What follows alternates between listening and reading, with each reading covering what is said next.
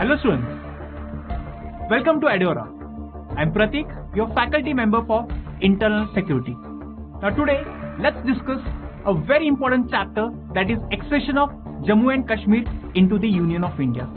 Now this chapter is very important as a part of our syllabus. Reason being, India aims to be a superpower. For India to achieve this dream, it is very important for India to maintain friendly relations with all our neighboring countries. Now, India and Pakistan have not been able to maintain friendly relations amongst each other. And that's the reason it is very important for all the aspirants to focus on this chapter. Because tomorrow, once you become bureaucrats, it is important for you to solve this dispute. And that's the reason you need to know about the history and geography about Kashmir. Right? So let's start. Before we dwell into the conflict of Kashmir, let's try to know in brief about the history of Jammu and Kashmir.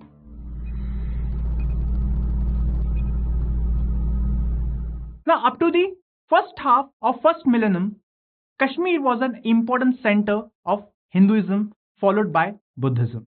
In the 9th century, Kashmiri Shaivism arose. Now in the 13th century, Mir Shah, he became the first Muslim ruler to establish the Muslim rule in Kashmir, followed by the Mughal Empire and the Afghani Durrani Empire. Finally, the Sikhs,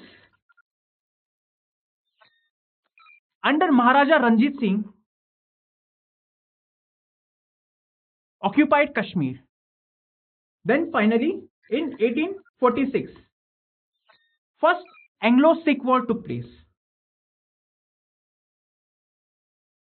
Now in this war, the British defeated the Sikhs. And finally, the Kashmir went under the control of the British rule. But the Maharaja of Jammu, Gulab Singh, he bought this land of Kashmir from the British rule at a sum of around 75 lakhs. Here it is important to maintain the paramountcy over Kashmir would be that of British, which means the British will be having the overall control over the territory called Kashmir. Right? So this was about the history of Jammu and Kashmir. Now, let us try to understand in brief about the geography of Kashmir.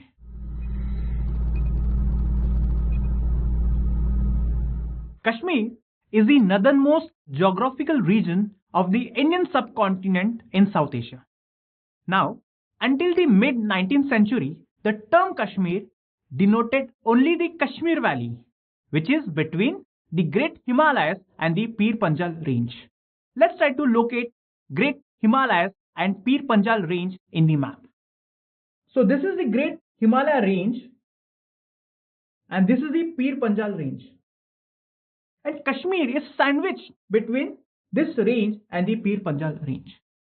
But today, the term Kashmir, it encompasses a larger area that includes the Indian administered Jammu, Kashmir and Ladakh. So here we have the Jammu, the Kashmir and Ladakh, which is under the Indian control. Then we have the Pakistani administered territories of Azad Kashmir. Here we have Azad Kashmir. Then we have the Gilgit-Baltistan and Accession, which is under the occupation of China. So this was about the geography of Jammu and Kashmir. Now let's try to know in brief about the demography of Kashmir.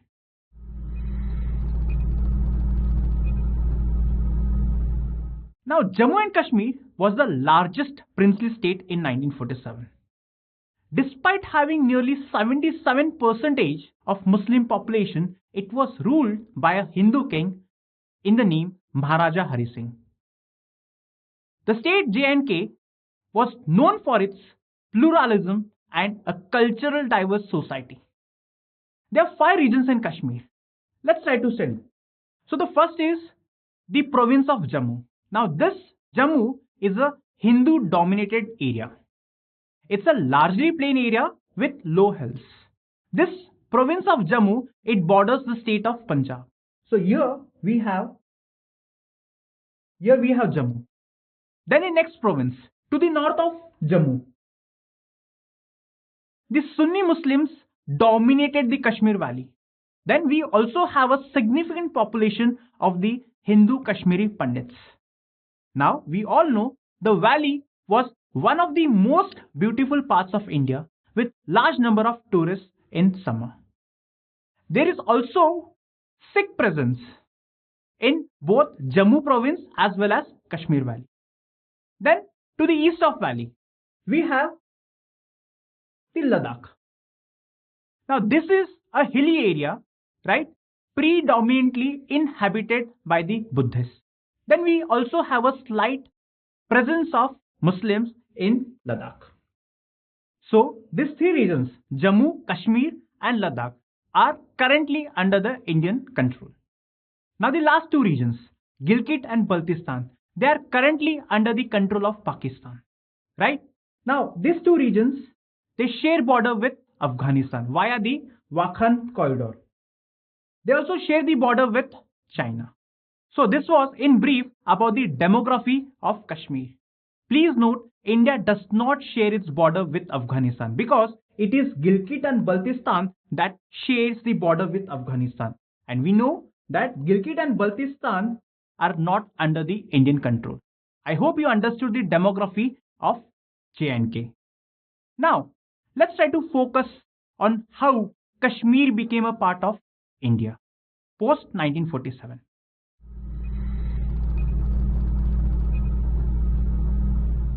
Now, once India gained freedom in 1947, there were three regions. There were three princely states that did not integrate either with Pakistan or India. Those were Kashmir, Junagadh and Hyderabad. Let's focus on Kashmir. Now, Kashmir was the largest princely state in 1947. Kashmir decided to stay neutral. That is, it did not join India or Pakistan. There were two reasons. One, Maharaja thought that if J&K would join Pakistan, then the Hindus would get angered, right? And if J&K would join India, the Muslims would feel angered. This was the confusion. That's the reason the Maharaja did not join either India or Pakistan, and he decided to stay neutral. And that's the reason he issued standstill agreement to both India and Pakistan.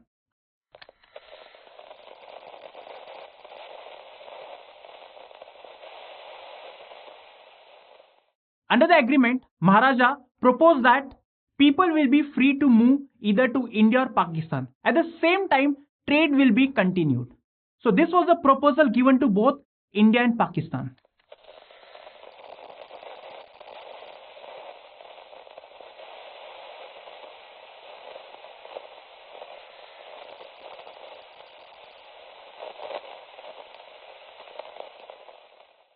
So Pakistanis accepted this standstill agreement, India did not. Pakistanis became impatient, and that's the reason they suspended the railway services between Sialkot and Jammu. And at the same time, the Pathan tribesmen, supported by the Pakistani army, invaded Kashmir. So they wanted to annex Kashmir with the use of force. Now these invaders reached very close to Srinagar, and Maharaja was afraid that Kashmir will go in the hands of Pakistan, and that's the reason he telephoned Nehru and asked for help. But then Nehru's friend Mountbatten, he said that under international law, if India wants to help Maharaja, then Kashmir has to be a part of India, and then only India can send the troops to Kashmir, because this is an international law and every country have to abide by the international law. So the same message was passed to Maharaja. If he wanted help, he had to basically make sure that Kashmir will be a part of India. And that's the reason on 26th October 1947, Maharaja Hari Singh signed Instrument of Accession. And with the signing of Instrument of Accession, Kashmir became a part of Union of India. So once Maharaja Hari Singh signed the instrument of accession, Kashmir became a part of Union of India. And then we sent our troops and drove away the invaders. Now, as per the instrument of accession, except for defense, foreign affairs, finance and communication, it was decided that the Indian Parliament would need the concurrence of state government to apply the central laws in the state of J&K. The concurrence of state government is very important, right? Now, post Kashmir became a part of Union of India, it was decided that there will be referendum held in the state of J&K. It is important to note that National Conference under the leadership of Sheikh Abdullah, who was a mass leader of Kashmir, wanted permanent accession of Kashmir into the Union of India. But Nehru had different plans. He said that referendum should be held in Kashmir. Now, what is referendum? Here, people will directly vote, as in to decide if Kashmir will remain a part of India or Pakistan. Referendum is a direct form of democracy, where people directly vote over a decision. In India, we follow the indirect form of democracy, where people vote the representatives and the representatives take decisions on behalf of citizens. So this is the difference between direct and indirect democracy. So Nehru wanted that a referendum should be held in Kashmir because he knew that people are going to listen to what Sheikh Abdullah would say. Sheikh Abdullah was a secular person. He wanted Kashmir to be a part of India, and that's the reason Nehru said that referendum should be held in Kashmir. At the same time, to avoid future conflict or Kashmir between India and Pakistan, Nehru thought that United Nations should decide the future of Kashmir. Because once United Nations decides, no country can violate the mandate of United Nations.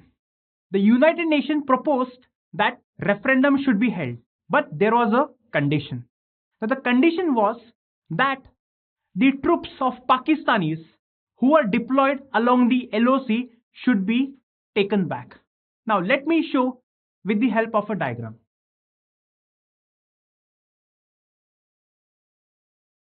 Now please note that when Indian Army went into Kashmir to drive away the invaders, they were able to drive up to this point. The question would arise, why Indian Army did not drive the invaders up to this point? Nehru thought that in order to avoid the future conflict, it is very important for United Nations to decide. So, temporary India and Pakistan signed a ceasefire agreement. What is ceasefire agreement? Which means both the countries are not going to fight. They are going to suspend fighting. And that's the reason ceasefire agreement was signed between India and Pakistan, and then the matter was taken in the United Nations. United Nations came up with the proposal and said that referendum should be held, but with a condition. What was the condition? That these Pakistani soldiers who are deployed along the LOC should be taken back. Which means referendum should be taken place without the presence of Pakistani army. Which means in a free atmosphere, without the fear of any army, referendum should be taken place. This was the mandate of United Nations. But Pakistani army did not withdraw their forces along the border because they knew people are going to vote for India. And that's the reason referendum was never held in Kashmir. And that's the reason it's unsolved border dispute between India and Pakistan. Now question would arise whether referendum should be held in Kashmir in the present circumstances. The answer would be no. Reason? The demography of Kashmir has been changed. We know the presence of Kashmiri Pandits in Kashmir. Lakhs of Kashmiri Pandits had to flee from Kashmir because of the intimidation, threats coming out from the militants who are based in the Pakistan occupied Kashmir. So as of now, the demography has been changed. So there's no point in holding referendum. I hope you understood how Kashmir became a part of Union of India.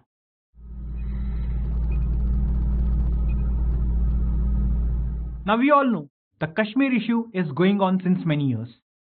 Both India and Pakistanis are suffering. Both Indians and Pakistanis have lost many lives due to the Kashmir conflict. And that's the reason India needs to find a solution. India has to be proactive and play a huge role to diffuse the tension between India and Pakistan. Why only India should be a question.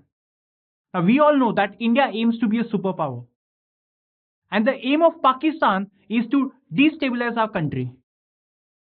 So we need to think out of the box, as in by taking steps which can change the mindset of Pakistan. Because India is a greater power. India's ambition is to be a superpower, and that's the reason we have to be proactive. And we need to find solution which can change the mindset of Pakistan. So what are the solution? What solution can we think of? We know the use of force is not getting us anywhere. So we need to blend hard power and soft power in order to change the mindset of Pakistan. What is hard power?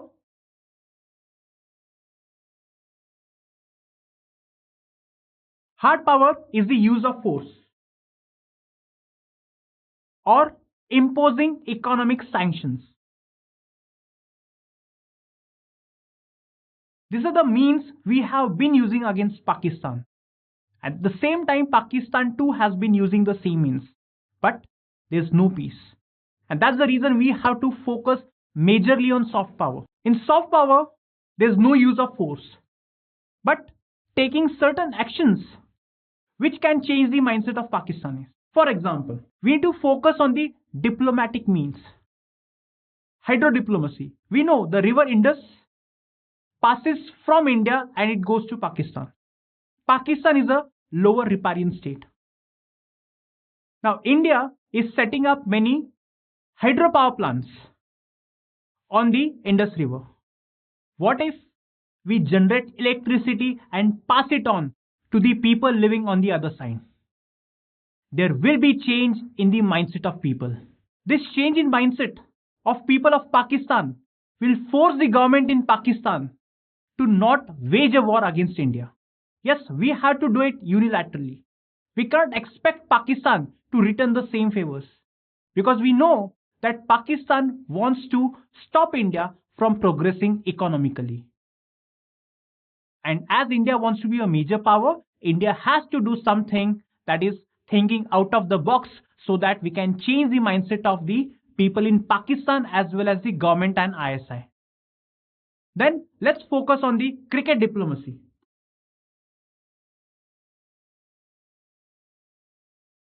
We know that IPL is followed with great fanfare in India as well as Pakistan.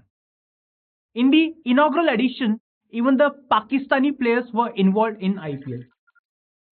But then the 2008 attacks happened and the Indian government did not allow the Pakistani players to come to India and play. Now, focusing on cricket diplomacy.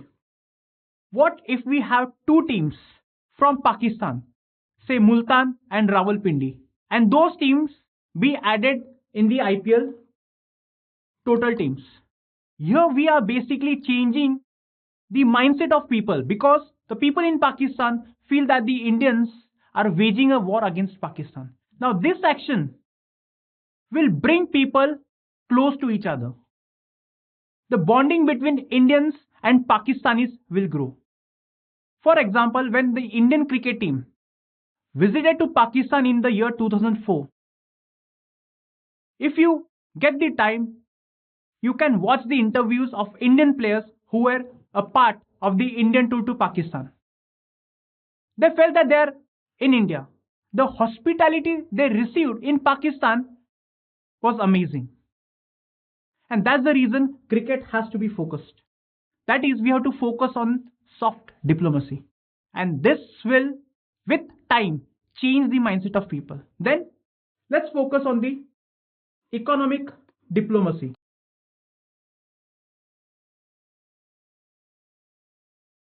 Now, Indians and Pakistanis do not trade much because economic sanctions are slapped against one another. But what if we promote trade? Now, once we promote trade, the businessmen in Pakistan and India will benefit. Now, once they benefit, they won't allow the Pakistani government to wage a war against India. We know we are living in an era of capitalism where money rules. The businessmen in all the countries, they fund the political parties. But if their business will be interrupted or will be harmed, then they can intimidate the political parties. This is what we have to focus on. If the businessmen in Pakistan are benefiting out of the trade with India, then they will force the political parties to not support terrorist groups which are based in POK. This is all about economic diplomacy. The next aspect that we have to focus is on the cultural diplomacy. We know the people in India and Pakistan share the same religion, ethnicity, then the songs. What if we organize music festivals where both the Indian and Pakistani singers would come together to enthrall the audience? What if we organize food festivals? Now, food items like chicken or biryani, they are famous both in India and Pakistan. Same with movies. What if we promote the Pakistani actors?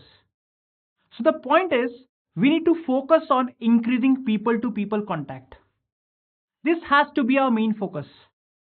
Because if people of both the nations develop this strong bond, then they'll force their countries, they'll force the governments to not wage a war against each other.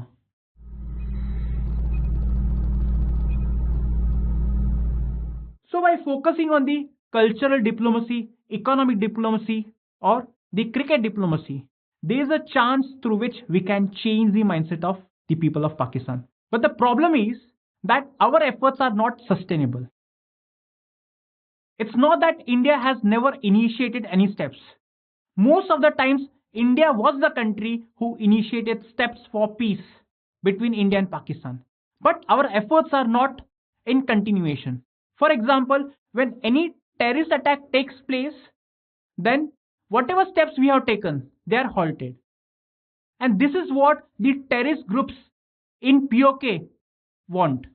But our efforts has to be sustainable. They should be in continuation. And then over a period of time, there will be a time when we can change the mindset of the people of Pakistan. And subsequently, they will force the government not to wage a war against India or not to support the terrorist groups in POK. Now the question arises, is this really possible between India and Pakistan? Then let me give you the example of Kartarpur corridor.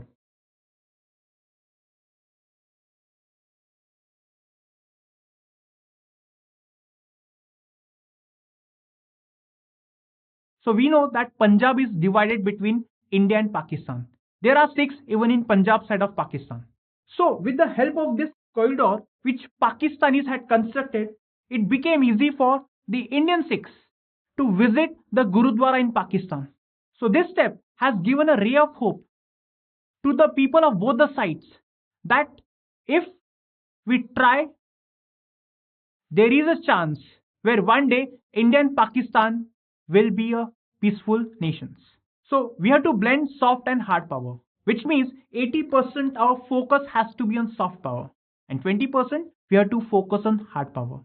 So if we try, there will be a day in future when Indians and Pakistanis will come close. I hope you understood the difference between hard and soft power and the importance of soft power. Now students, let's discuss few MCQs pertaining to this chapter.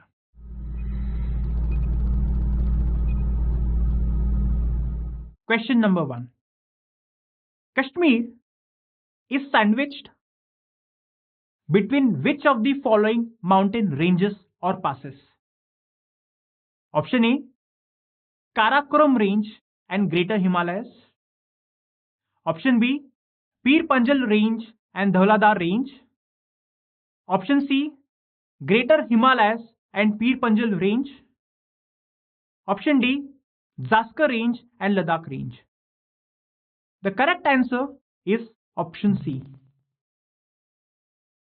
Now, if you open your atlas, you'll get to see the region Kashmir, which is sandwiched between Greater Himalayas and Pir Panjal range.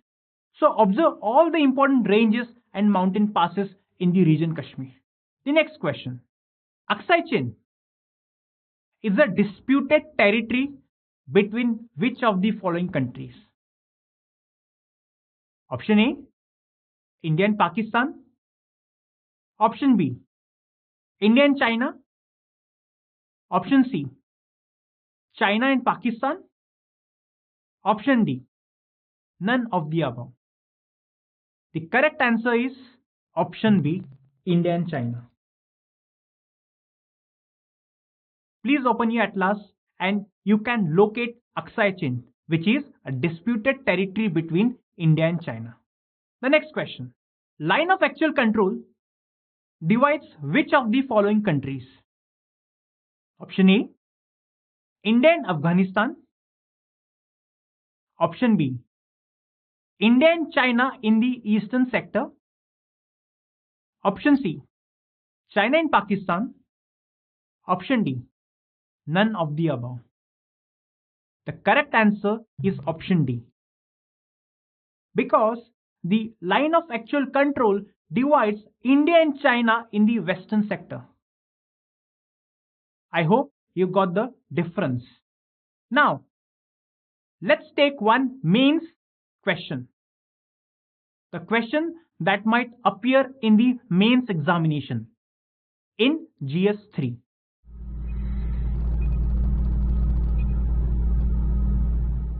Please note down the question. Discuss the issues between India and Pakistan. What solutions would you propose to end the decades-long conflict between both the nations? Now, there are two parts of this question. The first part is about the issues between India and Pakistan. The second part is they expect you to give them solutions to diffuse the tensions between India and Pakistan. Now, when it comes to issues, we have issues like the Indus Water Treaty, Sir Creek, the Kashmir dispute, the Siachen Glacier dispute. Then we have other issues like arms smuggling, drugs trafficking. So these are the issues between India and Pakistan. In brief, we have to explain each and every issue. Then solutions. We have to focus on hard and soft power. That is, we need to adopt a policy which blends soft and hard power. Our focus has to be on soft power, and then we have to blend it with hard power. Soft power like focusing on hydro diplomacy, economic diplomacy, cricket diplomacy, cultural diplomacy. You need to also mention the recent inauguration of the Kartarpur corridor, which gave a ray of hope to both India and Pakistan. And then we have to blend this with hard power. That's it from this chapter. I hope you found this session to be very interesting. And until we meet next time, keep studying, keep learning, keep watching Eduora. Thank you.